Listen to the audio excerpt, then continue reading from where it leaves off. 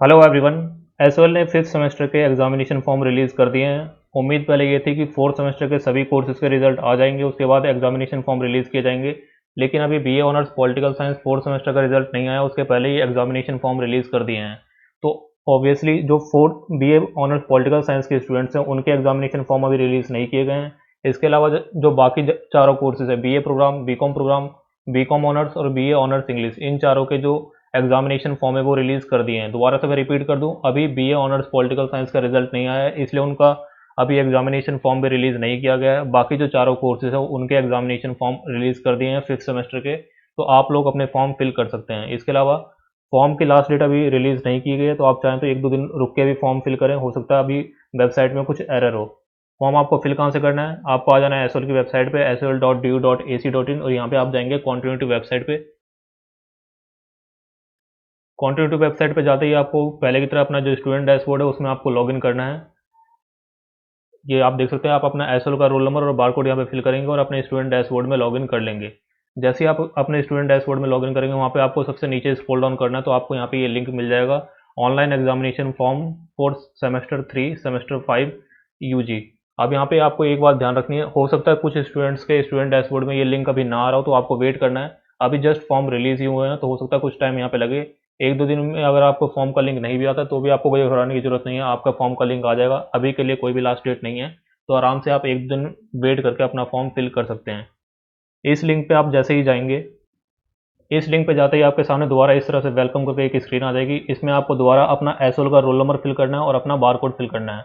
अब यहाँ पे ध्यान रखें, आपका एसओएल का रोल नंबर आपको उसी फॉर्मेट में फिल करना है जिस फॉर्मेट में आपके आई कार्ड में या आपकी फ्री रिसिप्ट में दिया हुआ है। जैसे फॉर एग्जाम्पल मान लीजिए 9 डैश करके 1 कुछ डैश करके, इस तरह से जो भी रोल नंबर है, यहाँ पे ये जो डैश है ये आपको करेक्टली वहाँ पे फिल करना है, बिना डैश के यहाँ पे रोल नंबर फिल नहीं करना। ये बात आपको ध्यान में रखनी है। यहाँ पे आप सबमिट करेंगे तो नेक्स्ट स्क्रीन आपके सामने खुल के आ जाएगी। यहाँ पे इस तरह से मेंशन, ये जो कुछ गाइडलाइंस यहाँ पे मेंशन की हुई है, इंपॉर्टेंट इंस्ट्रक्शन, ये मैं आपको बता देता हूँ। पहली बात तो ये है कि जो ये एग्जामिनेशन फॉर्म है ये ऑनलाइन ही फिल किए जाएंगे। इसके अलावा अगर कोई ऐसा स्टूडेंट है जिसको किसी सब्जेक्ट में इंप्रूवमेंट फिल करना है, इंप्रूवमेंट का मतलब क्या है, पहले के जितने भी सेमेस्टर आपके हुए हैं उसमें से किसी सब्जेक्ट में आपके मार्क्स कम है और आपको लगता है कि मेरे मार्क्स में इंप्रूव कर सकता हूँ, ज़्यादा मार्क्स में ला सकता हूँ, तो उसमें आप इंप्रूवमेंट फिल कर सकते हैं।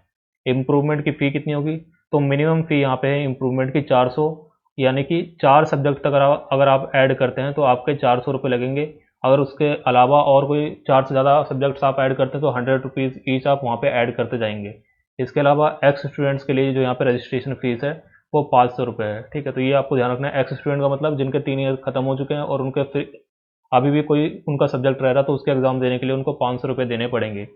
अल्टीमेट लास्ट डेट यहाँ पे लिखी हुई है कि एग्जामिनेशन जब भी आपके शुरू हैं उसके 15 दिन पहले तक जो अल्टीमेट लास्ट डेट होगी, और एग्जामिनेशन स्टार्ट होने के 15 दिन पहले तक आप अपने एग्जामिनेशन फॉर्म जो है उसको फिल कर सकते हैं। ये सारी गाइडलाइंस थी। इसके बाद आप यहाँ पे देखेंगे, यहाँ पे लिखा हुआ आ रहा है क्लिक हेयर, इस पर आप जैसे ही क्लिक करेंगे आपके सामने यहाँ पे दो ऑप्शन आएंगे। यहाँ पे एग्जामिनेशन वाला, यहाँ पे दो ऑप्शन आपको दिखाई देंगे, एक एग्जामिनेशन वाला और एक लॉगआउट वाला। तो ये जो एग्जामिनेशन वाला ऑप्शन है इस पर आपको जाना है, तो आपका फॉर्म जो है इस तरह से खुल के आ जाएगा। एग्जामिनेशन फॉर्म में आपको अपने सब्जेक्ट सेलेक्ट करने हैं। इसके अलावा अगर आपके किसी सब्जेक्ट में ईआर था, किसी में फेल थे आप, या किसी सब्जेक्ट में आपको इंप्रूवमेंट देना है वो फिल करना है, और इसके अलावा आपको फी पेमेंट करनी है। इसके अलावा कोई भी काम आपको नहीं करना। इस तरह से आपका कुछ डैशबोर्ड दिखेगा, ऊपर आपकी पर्सनल डिटेल्स होंगी। यहाँ पे ये जो फॉर्म है बीए प्रोग्राम के स्टूडेंट्स का है, तो उसके अकॉर्डिंग ये सब्जेक्ट्स आपको यहाँ पे दिख रहे हैं। अब जैसे आपको पता है बीए प्रोग्राम में जो डिसिप्लिन सब्जेक्ट्स होते हैं वो दोनों सेम रहते हैं, तो यहाँ पे आप देखेंगे फिफ्थ और सिक्स दोनों सेमेस्टर के सब्जेक्ट्स आपको सेलेक्ट करने हैं। सिक्स सेमेस्टर में आपको अलग से सब्जेक्ट सेलेक्ट करने की जरूरत नहीं पड़ेगी। तो आप देख सकते हैं डिसिप्लिन वन में यहाँ पे एक ही ऑप्शन आ रहा है, वो सेलेक्ट कर लेना आपको। तो ये बीए प्रोग्राम का फॉर्म है, तो उसके अकॉर्डिंग आप देख लें जो भी आपका प्रोग्राम है, बीकॉम या फिर बीकॉम ऑनर्स या पॉलिटिकल साइंस ऑनर्स या फिर इंग्लिश ऑनर्स, उन सभी के जो फॉर्म है वो कंपैरेटिवली ईजी है, वहाँ पे सिलेक्शन उतने नहीं है। तो यहाँ पे इसलिए मैं बीए प्रोग्राम का फॉर्म आपको ओपन करके दिखा रहा हूँ। यहाँ पे आप देख सकते हैं इस स्टूडेंट के पास डिसिप्लिन वन में एजुकेशन और डिसिप्लिन टू में पॉलिटिकल साइंस है। तो फिफ्थ सेमेस्टर में भी और सिक्स सेमेस्टर में भी दोनों में सिर्फ यही ऑप्शन आएंगे, एजुकेशन और पॉलिटिकल साइंस का। ये तो यहाँ पे सेलेक्ट कर लिए।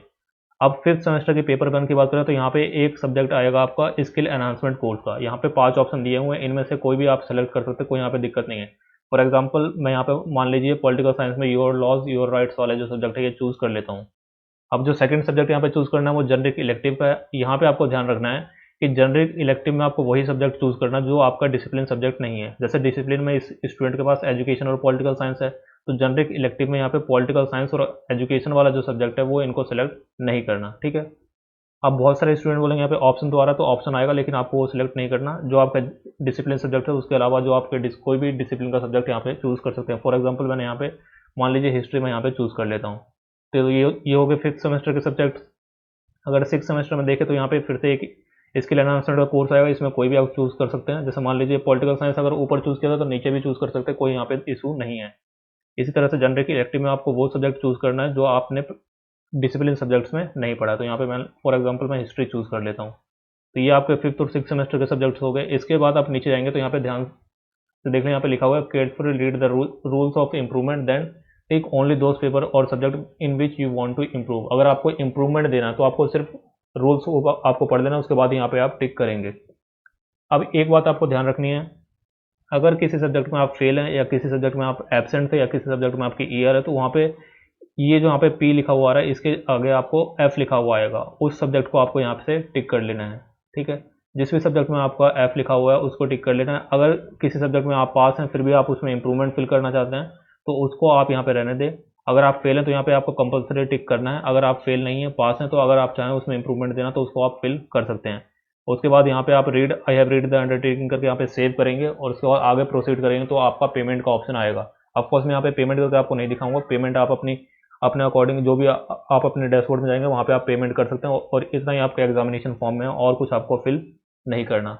अभी लास्ट डेट नहीं है, ये दोबारा से रिपीट कर दूंगा, 1-2 दिन रुक के आप फॉर्म फिल करें, हो सकता है भी वेबसाइट में एरर हो। इसके अलावा पॉलिटिकल साइंस ऑनर्स के जो 4th सेमेस्टर के स्टूडेंट्स हैं उनको भी वेट करना है, जब उनका रिजल्ट आ जाएगा उसके बाद ही उनका फॉर्म खुलेगा।